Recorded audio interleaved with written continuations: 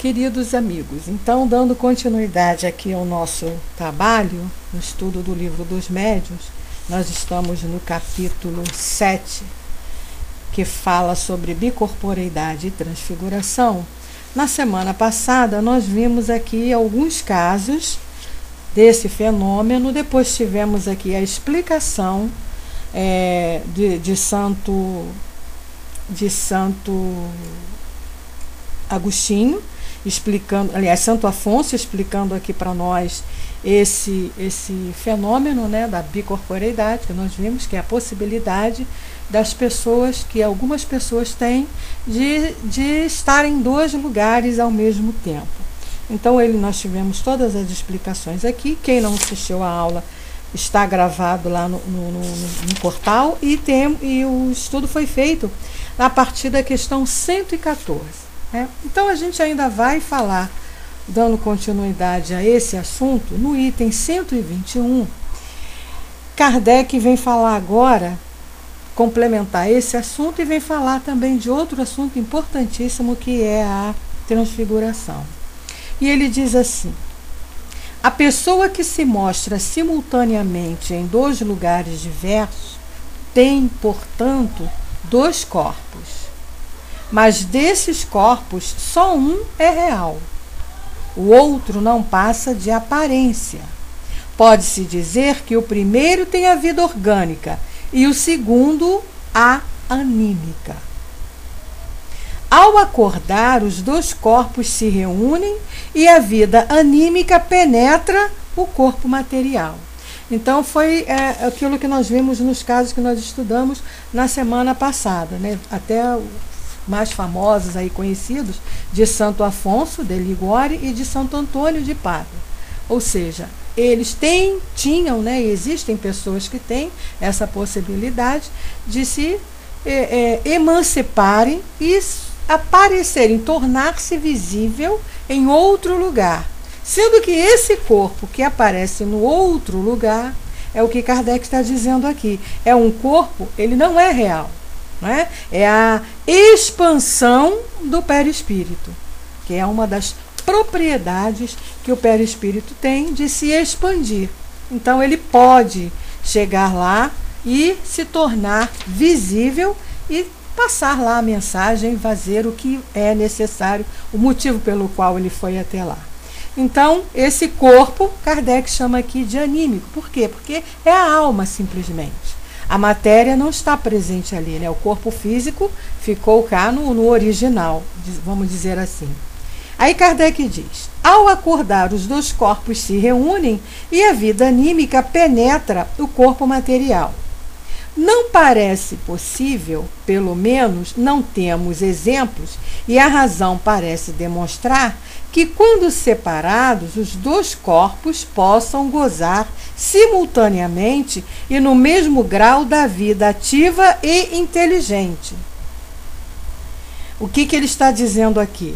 Nesses casos, a pessoa se emancipa, ela se torna visível em algum lugar, até tangível em algumas situações, mas ele está lá agindo, né? A alma está lá agindo, mas o outro corpo que ficou aqui não está agindo.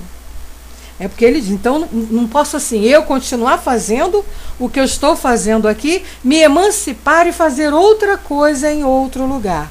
Então, é que ele está explicando que isso não parece possível e até então não se ouve, não se sabe de nenhum caso que seja dessa natureza.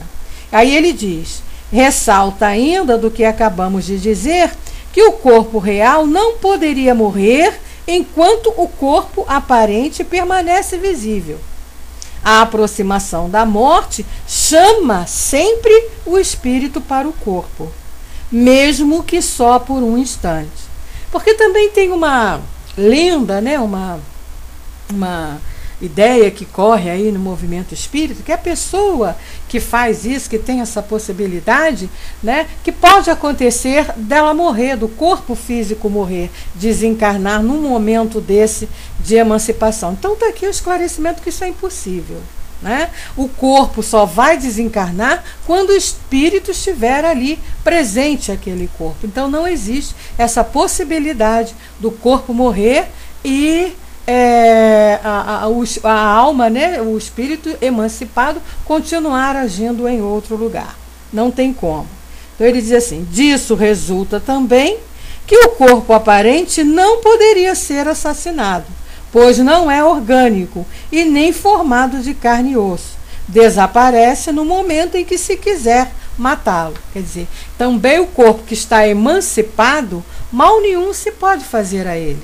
Porque apesar de estar visível, apesar de estar tangível, ele não é real, né? Ele é um corpo anímico, é o espírito que está ali, é a alma que está ali.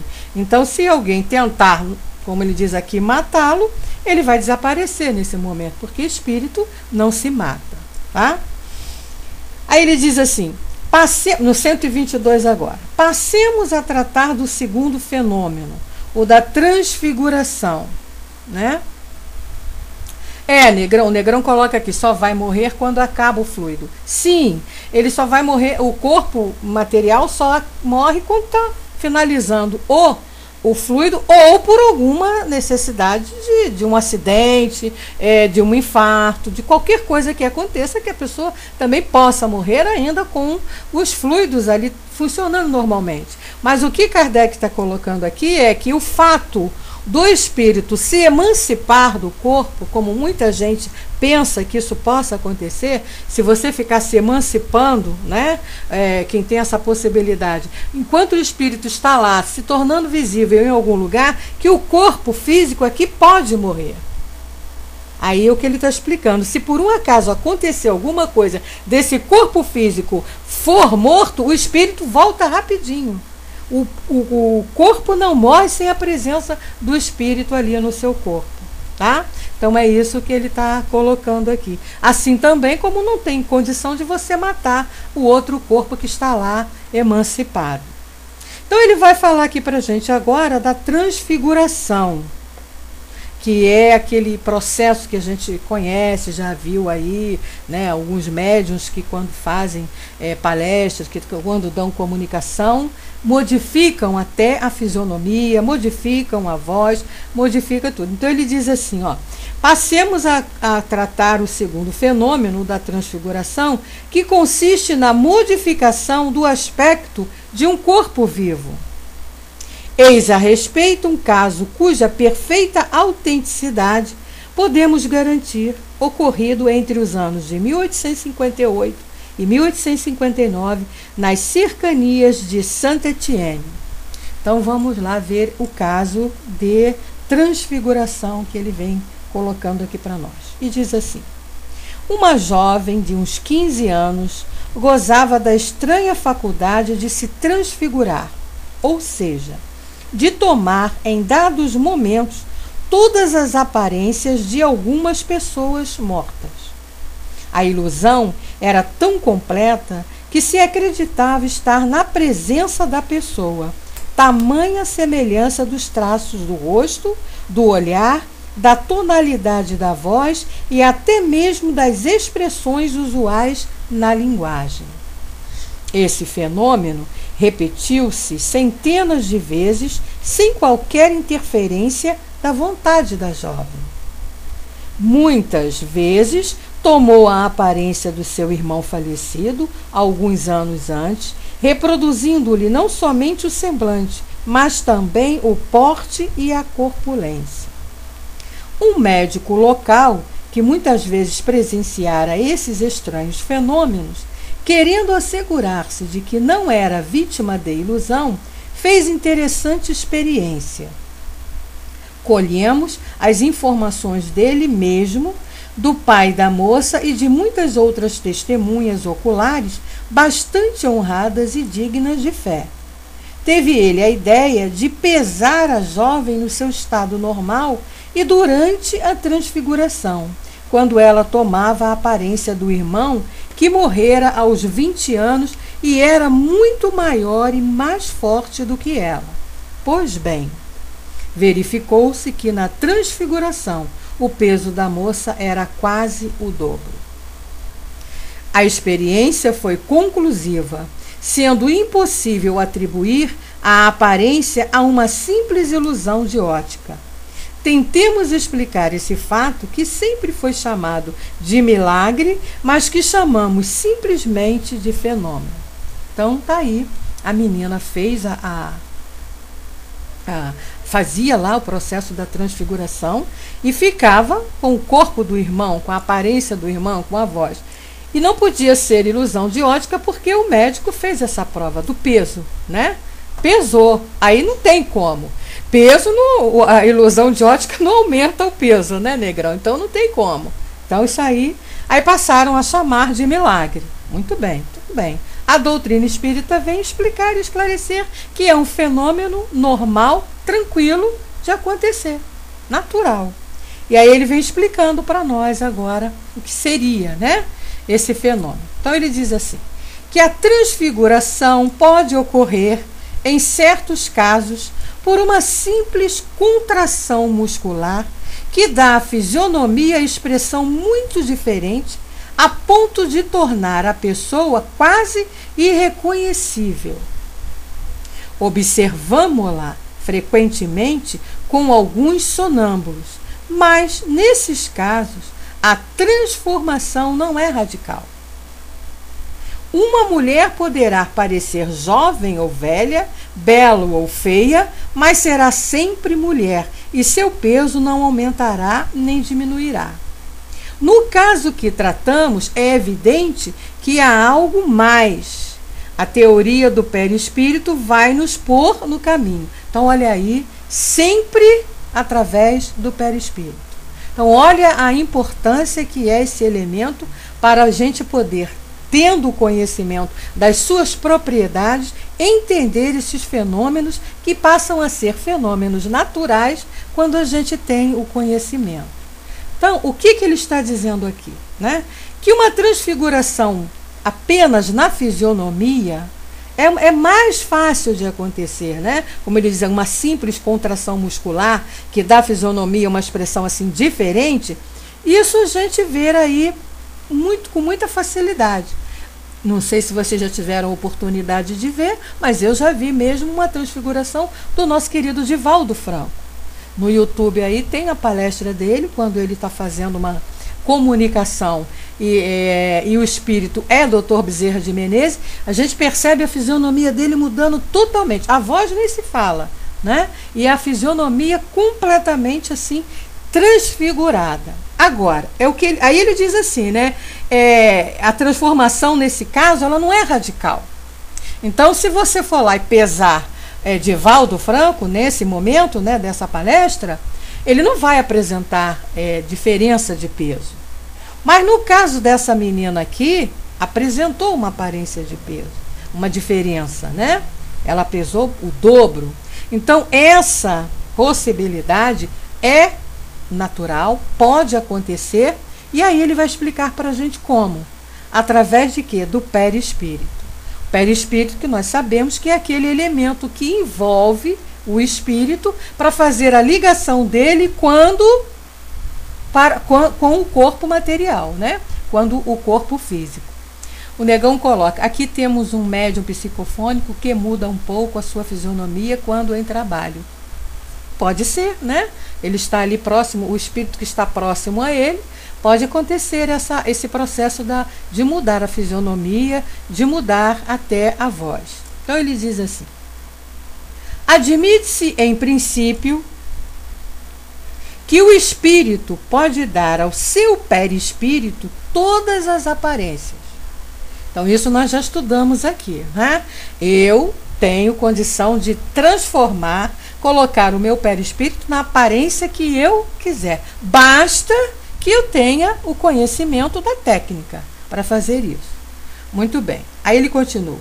Que por uma modificação das disposições moleculares pode lhe dar a visibilidade, a tangibilidade e, em consequência, a opacidade. Outras propriedades que nós vimos também do perispírito, né?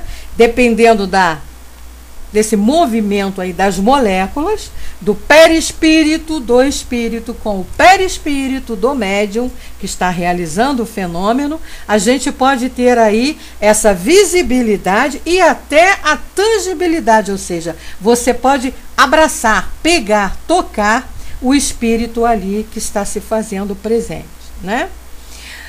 E ele ainda continua, que o perispírito de uma pessoa viva, fora do corpo, pode passar pelas mesmas transformações e que essa mudança de estado se realiza por meio da combinação dos fluidos.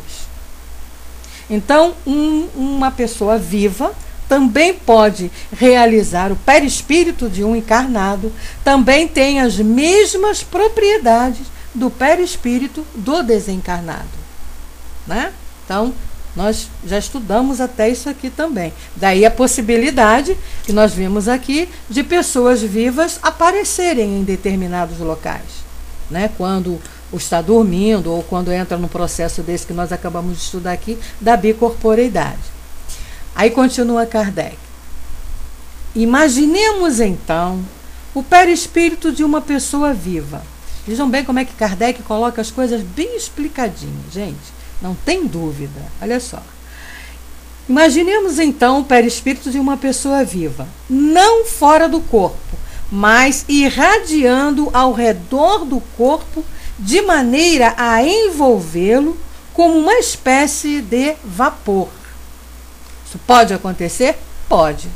Né? Nós já estudamos aqui que a irradiação do nosso perispírito, ela é grande, pequena, média, o tamanho que a gente dá a ela. Como é que a gente dá essa possibilidade ao perispírito? Através da nossa purificação.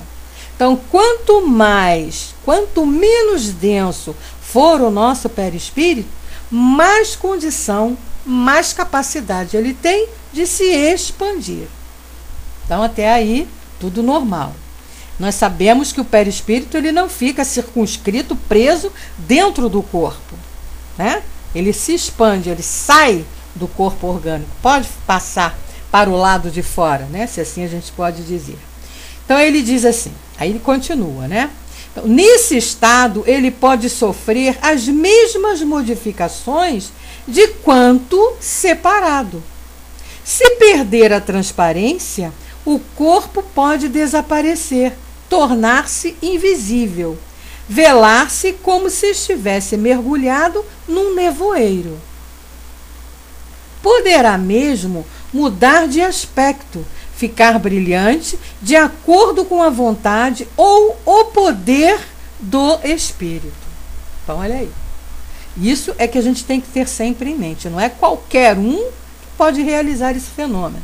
Você tem que ter poder, no caso aqui, condições, capacidade, né? Quer dizer, o teu perispírito já está de uma maneira elevado, né? Modificado a dar que a tua vontade possa fazer com que ele se modifique dessa maneira.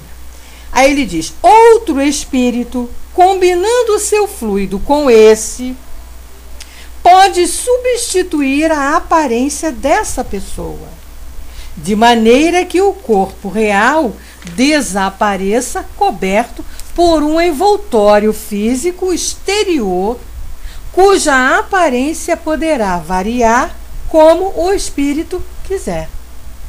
Então vocês vejam bem que o fenômeno ele é normal, ele é natural, porque apesar, né, de ser assim uma coisa fora do comum, mas dentro da lei natural não é. Dentro dos fenômenos naturais, das possibilidades, das propriedades que o perispírito tem, isso passa a ser uma coisa natural. Então, o que a gente tem que entender é isso. Tudo está concentrado ali, centrado nas propriedades do perispírito. Por isso, da importância para a gente estudar todos esses fenômenos, entender todos esses fenômenos, a gente tem que ter o conhecimento dessas propriedades do perispírito, que nós já estudamos aqui, né?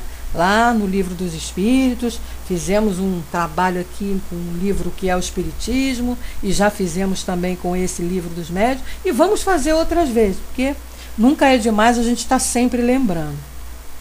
Então a gente tem que ter esse conhecimento.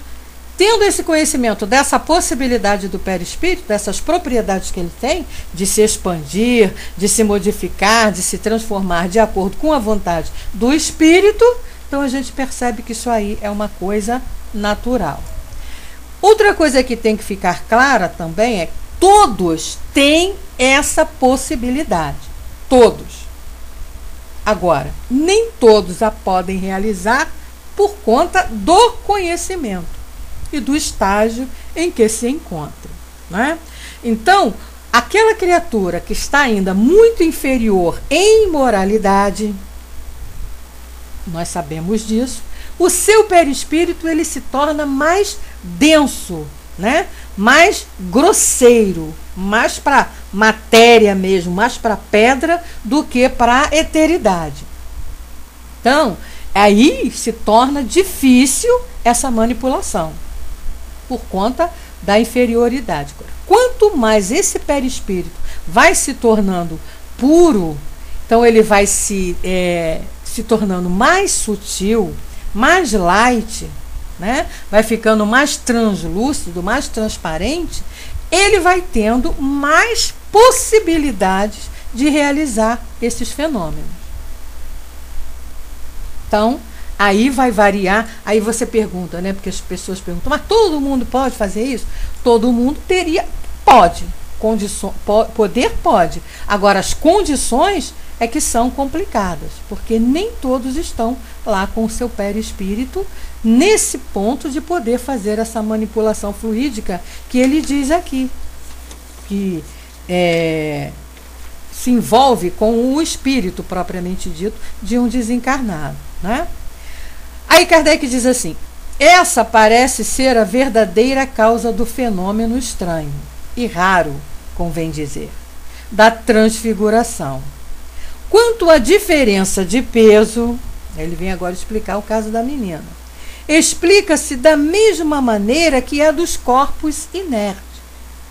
O peso próprio do corpo não varia, porque a sua quantidade de matéria não aumenta, mas o corpo sofre a influência de um agente exterior que pode aumentar-lhe ou diminuir-lhe o peso relativo, segundo explicamos nos números 78 e seguintes, lá quando a gente falou lá do perispírito. É provável, portanto, que a transfiguração na forma de uma criança diminua o peso de maneira proporcional. Então, o que ele está dizendo aqui? Na realidade, né, o peso da menina não dobrou porque não houve aumento real de matéria.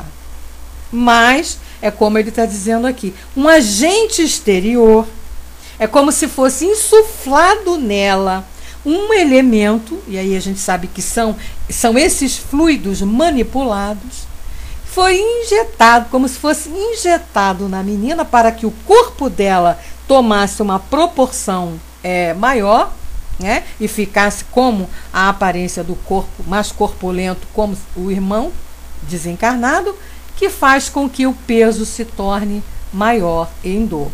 Mas na realidade, quer dizer, não houve ali, como se diz, ela não aumentou os músculos, não aumentou a gordura do corpo se tivesse, não aumentou os ossos, isso não foi aumentado.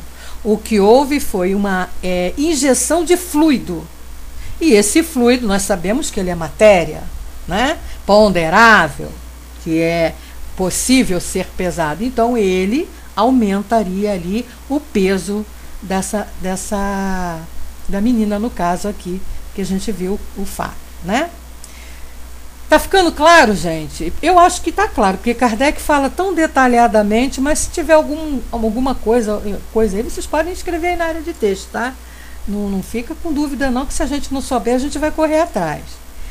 No item 124, ele diz assim: concebe-se que o corpo possa tomar uma aparência maior que a sua ou das mesmas dimensões, mas como poderia tornar-se menor do tamanho de uma criança, como acabamos de dizer? Aí já é o inverso, né? Porque aí você pensa, tornar-se maior é fácil, porque houve lá a injeção desse elemento que ele fala ali, né? A influência desse agente exterior, que seria o fluido. Mas e para diminuir? Será que se retirou alguma coisa? Aí ele diz assim para nós, nesse caso, o corpo real não deveria ultrapassar os limites do corpo aparente? Por isso, não dizemos que o fato se tenha verificado, mas quisemos apenas mostrar, referindo-nos à teoria do peso específico, que o peso aparente poderia também diminuir. Aí entra aquele processo, né? Eu vou acabar de ler que ele vai acabar de explicar aqui, mas aí vai entrar aquele processo assim, lá no outro houve a influência de um agente exterior que pôde aumentar o corpo, né? O peso relativo da menina. No caso aqui, que é o contrário, o que faria diminuir? Então, se ela tivesse a aparência de uma criança, ela sendo já uma jovem, né? Uma mulher já adulta, e ela tivesse essa transfiguração em uma criança, e se fôssemos pesá-la, com certeza o peso estaria menor do que o peso normal dela, como foi acontecer o contrário. Então, isso Kardec está explicando aqui, né? Não se verificou isso porque não aconteceu, mas pelo mesmo processo do aumento. Aí ele diz assim, quanto ao fenômeno em si, não afirmamos nem negamos a sua possibilidade. No caso de ocorrer o fato de não se poder explicá-lo satisfatoriamente, não o informaria. É preciso não esquecer que estamos no começo desta ciência e que ela ainda está longe de haver dito sua última palavra sobre este ponto. Como sobre muitos outros. Aliás, as partes excedentes do corpo poderiam perfeitamente ser tornadas invisíveis, tornar-se etérea, né? Assim como a gente viu lá atrás no estudo dos transportes, do espírito poder transportar, né? Então ele materializar o objeto, há a possibilidade também da desmaterialização da matéria. Então, é uma possibilidade, é o que Kardec está dizendo aqui. Não tem-se assim o conceito real, né? Porque ele não assistiu o fenômeno ao contrário. Mas, partindo dessa teoria, a gente pode ver que isso também poderia acontecer. Essa propriedade do perispírito de se desmaterializar. Então, como ele fala aqui, o corpo poderiam perfeitamente ser tornadas invisíveis. Aí ele termina e diz assim: a teoria do fenômeno da invisibilidade ressalta naturalmente das explicações precedentes e das que se referem ao fenômeno de transporte. Lembra quando nós estudamos lá o fenômeno de transporte? Que você pode trazer, né, para algum lugar, desmaterializar um objeto lá onde ele está e materializá-lo novamente em outro lugar. Nós estudamos isso aqui, que é um desses fenômenos que pode acontecer. Então, é o caso que ele está explicando que pode acontecer aqui nesse fato da diminuição do peso, né? Aí nós temos aqui um adendo do professor Herculano, que vem nos esclarecendo a respeito disso, um pouquinho mais a respeito disso. Aí ele diz assim: há numerosos casos de observação de uma máscara transparente sobre o rosto do médium, reproduzindo o rosto do espírito comunicante. Isso aqui é até um exemplo que nós falamos aqui, que eu já assisti, do Divaldo Franco, né? Observamos um desses raros casos em 1946, em São Paulo, com o médium Urbano de Assis Xavier. Nesses casos, como se vê acima, a máscara se forma pela combinação fluídica do perispírito do médium com o do espírito comunicante. É fenômeno de sintonia e não de penetração do espírito no corpo do médium. Então, olha só, não é que o espírito desencarnado penetrou no corpo do médium e modificou a sua aparência, não. Gente, é tudo manipulação fluídica. É tudo manipulação dos fluidos do espírito comunicante, do desencarnado, com o fluido do médium encarnado, que possui ali, além do fluido espiritual, o fluido material por conta do corpo que ainda utiliza, tá? Aí no item 125, ele diz assim: teríamos ainda de falar do estranho fenômeno dos agêneres, que por mais extraordinário que possa parecer à primeira vista, não é mais sobrenatural do que os outros. Mas como já explicamos na Revista Espírita, fevereiro de 1859, achamos inútil repetir aqui os seus detalhes. Diremos apenas que é uma variedade de aparições tangíveis. Então, olha só, nós vamos pegar aqui a Revista Espírita, lá em fevereiro de 1859, tem um caso, deixa eu achar aqui para vocês, que eu tinha separado aqui, mas eu perdi a folha.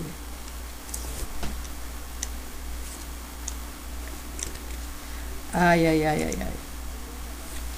Tá aqui, achamos. Então, na minha Revista Espírita, está na página 61, fevereiro de 1859, que Kardec faz um trabalho, vem trazendo um trabalho sobre o que seria esses agêneres, né? O que seria isso?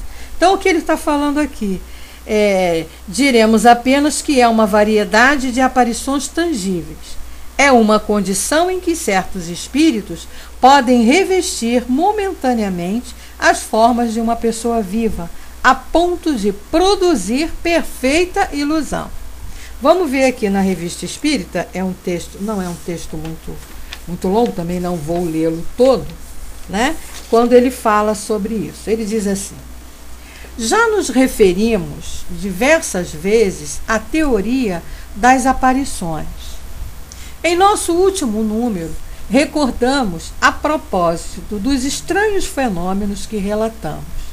Para melhor compreensão do que se segue, rogamos aos nossos leitores que a eles se reportem. Então vamos lá. Dizer: todos sabem que no número das manifestações mais extraordinárias produzidas pelo Sr. Home, era um médium, estava a aparição de mãos perfeitamente tangíveis, que cada um podia ver e apalpar, que pressionavam e apertavam, mas que, de repente, não ofereciam senão o vazio quando queriam pegá-las de surpresa. Então, esse fenômeno, né, essa aparição, era produzido pelo Sr. Home, e só aparecia a mão, uma mão mexendo para lá e para cá. Quando essa mão permitia, ela que deixava, né, o dono dessa mão, naturalmente, o espírito, ela se tornava tangível e se podia apertar. Quando ela não queria, eles tentavam pegá-la e não conseguia. Eis aí, diz Kardec, um fato positivo que se produziu em diversas circunstâncias, atestado por numerosas testemunhas oculares. Por mais estranho e anormal que pareça, cessa o maravilhoso desde o momento em que é possível lhe darmos uma explicação lógica. Entra então na categoria dos fenômenos naturais, embora de ordem completamente diversa da dos que se produzem aos nossos olhos, e com os quais é preciso pôr-se em guarda para não os confundir. Nos fenômenos comuns, podemos achar pontos de comparação, como o do cego, que percebia o brilho da luz e das cores pelo som da trombeta, mas não similitudes. É precisamente a mania de querer tudo assimilar àquilo que conhecemos a verdadeira causa de tanta desilusão em certas pessoas. pensam que podem manipular esses elementos novos como se fossem hidrogênio e oxigênio. Ora, aí está o erro. Esses fenômenos estão submetidos a condições que escapam ao círculo habitual de nossas observações. É preciso, antes de tudo, conhecê-los e com eles nos conformarmos, se quisermos obter resultados. É necessário, sobretudo, não perder de vista que esse princípio essencial, verdadeira chave da ciência espírita e agente dos fenômenos vulgares, é uma força física, material, que pode ser submetida às leis do cálculo, ao passo que nos fenômenos espíritas esse agente é constantemente uma inteligência que tem vontade própria e que não podemos submeter aos nossos caprichos, né? São os espíritos. Nessas mãos havia carne, pele, ossos, unhas reais? Não, evidentemente. Era apenas uma aparência, mas de tal ordem que produzia o efeito de uma realidade. Se um espírito tem o poder de tornar visível e palpável uma parte qualquer do seu corpo etéreo, não há razão para que não o possa fazer com os outros órgãos. Suponhamos que um espírito estenda essa aparência a todas as partes do corpo. Teremos então a impressão de ver um ser semelhante a nós, agindo como nós, quando não passa de um vapor momentaneamente solidificado. Bingo, né, Dudu? Ele diz: tal é o caso do louquinho de Bayonne. A duração dessa aparência está submetida a condições que nos são desconhecidas. Depende, sem dúvida, da vontade do espírito, que a pode produzir ou fazê-la cessar à vontade. Embora dentro de certos limites que nem sempre tem liberdade de transpor. Interrogados a respeito, bem como sobre todas as intermitências de quaisquer manifestações, os espíritos sempre disseram que agiam em virtude de uma permissão superior. Se para certos espíritos é limitada a duração da aparência corporal, podemos dizer que, em princípio, ela é variável, podendo persistir mais ou menos tempo. Pode produzir-se a qualquer tempo e a toda hora. Um espírito cujo corpo fosse assim, visível e palpável, teria, para nós, toda a aparência de um ser humano. Poderia conversar conosco e sentar-se em nosso lar, qual se for uma pessoa qualquer, pois o tomaríamos como um de nossos semelhantes. Então, essa possibilidade que nós estudamos lá atrás da materialização dos espíritos. Então está aqui Kardec explicando detalhadamente. Por isso que é muito bom estudarmos a Revista Espírita quando nós temos lá informações, porque na Revista Espírita estão os exemplos que ele analisou, que ele observou, para depois escrever lá o livro, no caso o livro dos médiuns, né? Aí ele diz assim para a gente: partimos de um fato patente, a aparição de mãos tangíveis, para chegar a uma suposição que é a sua consequência lógica. Entretanto, não a teríamos trazido à baila se a história do menino de Bayonne não nos tivesse posto no caminho, ao nos mostrar a sua possibilidade. Questionado sobre um ponto, um espírito superior respondeu que realmente podemos encontrar seres dessa natureza sem que o suspeitemos. Acrescentou que isso é raro, mas possível. Como para nós entendermos, precisamos dar um nome a cada coisa, A Sociedade Parisiense de Estudo dos Espíritos os chama de agêneres, assim indicando que sua origem não é o resultado de uma geração. O fato a seguir, que se passou ultimamente em Paris, parece pertencer a esta categoria. Então tá aí. E aí o Negrão, como sempre, nosso ajudante, coloca aí, ó, mobilidade da aparição tangível, estado de certos espíritos quando temporariamente revestem as formas de uma pessoa viva, ao ponto de produzirem ilusão completa. Então são esses elementos, no caso aqui ele está falando da mão, como ele disse, pode ser qualquer órgão e pode ser o corpo total, que é materializado. Então aquele corpo ali não foi gerado, não foi de uma geração. Aquele corpo ali ele foi manipulado através das propriedades que o nosso perispírito possui de dar essa oportunidade de, unindo-se, né, do espírito desencarnado com o do encarnado, essa possibilidade da materialização. Aí ele vai contar o caso aqui de uma pobre mulher, e aí é um caso a Gênese, né? Muito bem.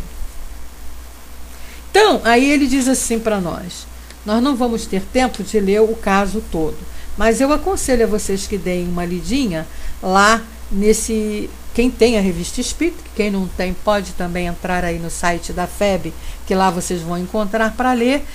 O ano é 1859 e o mês é o mês de fevereiro. Muito bem. Aí ele vai nos contar o caso aqui e dessa senhora, e diz assim: uma pobre mulher estava na igreja de São Roque e rogava a Deus que auxiliasse em sua aflição.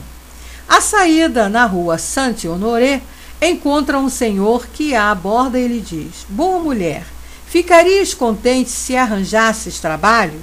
Ah, meu bom senhor, respondeu ela, peço a Deus que me conceda esse favor, porque estou muito necessitada. Pois bem, ide a tal rua, número tanto, procurai a senhora T, ela vos dará trabalho.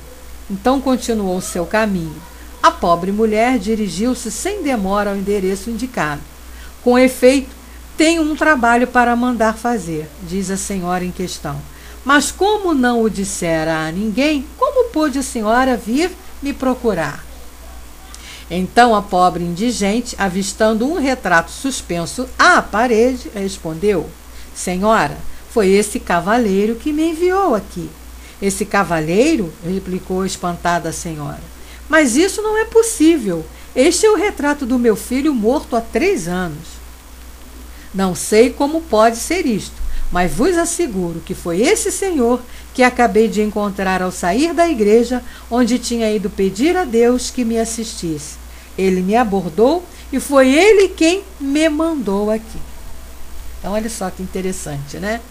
Aí, Kardec coloca para nós assim: conforme o que acabamos de ver, nada haveria de surpreendente em que o espírito do filho daquela senhora, a fim de prestar um serviço à pobre mulher, da qual, sem dúvida, ouvira a prece, lhe tivesse aparecido sobre a forma corpórea para indicar-lhe o endereço da própria mãe. Em que se transformou depois? Sem dúvida no que era antes. Um espírito, a menos que, continuando seu passeio, tenha julgado conveniente mostrar-se a pessoas sobre a mesma aparência. Essa mulher teria, assim, encontrado um agênere com o qual havia conversado. Mas então dirão: por que não se teria apresentado à sua mãe? Nessas circunstâncias, os motivos determinantes dos espíritos nos são completamente desconhecidos. Agem como bem lhes pareça, ou melhor, como disseram, em virtude de uma permissão, sem a qual não podem revelar sua existência no mundo material. Compreende-se, ademais, que sua visão poderia causar à mãe perigosa emoção. E quem sabe se não se apresentou a ela durante o sono ou de qualquer outro modo. E, aliás, não terá sido um meio de lhe revelar sua existência? é muito provável que tenha testemunhado aquela conversa entre as duas senhoras. Então, aí o exemplo que ele deu, aí ele vem aqui, ele vai contar mais um caso, que é o do Louquinho de Baione, mas realmente agora a gente não tem mais tempo. E aí tem uma entrevista aqui com o Espírito São Luís, que vem nos esclarecendo sobre esses pontos, né, dessa aparição. Então, fica claro aqui para nós o que são esses agênios. Então, são esses espíritos, são esses seres que se materializam com um objetivo sempre, com a permissão da espiritualidade superior, para trazer uma mensagem, para dizer alguma coisa, para comprovar alguma coisa, sempre com um objetivo útil, nunca por brincadeira boba, sempre com um objetivo útil. E que é uma coisa natural, que está dentro daquela explicação que a gente estudou lá, das possibilidades, das propriedades do perispírito, que nos dá essa oportunidade, tanto aos desencarnados como aos encarnados. Bom? Então a gente encerra aqui o nosso estudo de hoje e vamos deixar na próxima semana, a gente vai entender melhor ainda isso, porque nós vamos entrar no laboratório do mundo invisível, onde Kardec dá aqui para nós bem mais detalhado explicações a respeito de como que esses fenômenos acontecem. Bom?